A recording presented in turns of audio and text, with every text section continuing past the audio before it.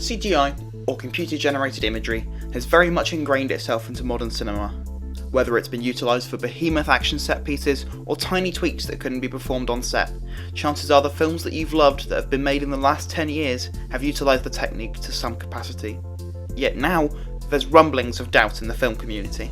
The application of this technology has become almost unnoticeable in recent years, and the cinemas are filled with ideas that were previously thought impossible to execute.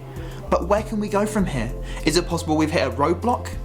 CGI in cinema had its first outing alongside human actors in Michael Crichton's 1973 film Westworld, the very first version of the story that birthed the popular HBO show.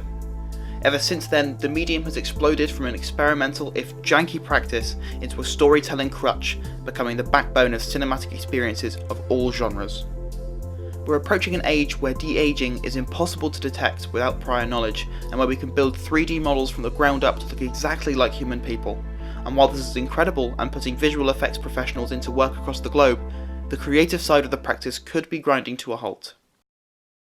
There's always going to be something new that people are trying. I'm not sure that the imagery is going to be any better than it is now because it's already pretty amazing. This is Ian Fales. He's a journalist who specialises in visual effects in cinema and authored the book Masters of FX. Some senior visual effects supervisors do echo that comment, which is we've seen it all and there's nothing special about special effects anymore. But in visual effects, the big innovations that are going to come in the future are really all to do with real-time rendering and also virtual production. So at the moment, you go out and you shoot a film with a camera, composite, you create CG images and you composite that on. What's happening more and more is directors are using virtual production techniques to imagine the scenes before they shoot them. They previs things, they also use LED screens to actually film actors against instead of blue screens or green screens. And what it means is they can have those actors in the environment, on set, interacting with them. They can change the environment because they use real-time rendering. I think they're the big future things coming in visual effects and in filmmaking in general, and we're only just getting started with those. It's slowly becoming less likely we'll see something entirely new out of CGI on the surface.